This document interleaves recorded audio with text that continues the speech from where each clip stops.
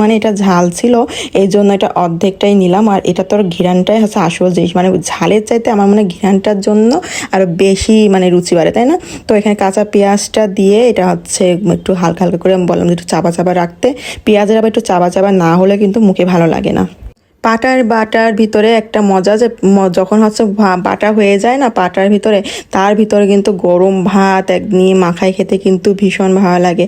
আর এগুলো আগে খুব তো মায়ের হাতে খেতাম, মা যখনই ভর্তা করতো তখনই হচ্ছিল 3 নালা এরকম নিয়ে চলে আসতো পাটার মাখায়, আর বলতো যে হচ্ছে তোর হচ্ছে বাবু হলে তো প্রথমে দেখবি ছেলে হবে। তা সত্য, একদম সত্য, মানে এটা কিন্তু হয়ে গেছে। আসলে এগুলো আসলে অনেকে বলে যে এগুলো বিশ্বাস করতে হয় না, তারপর কিছু কিছু সময় কোনো কোনো কথার সাথে আসলে মিলেও যায় না।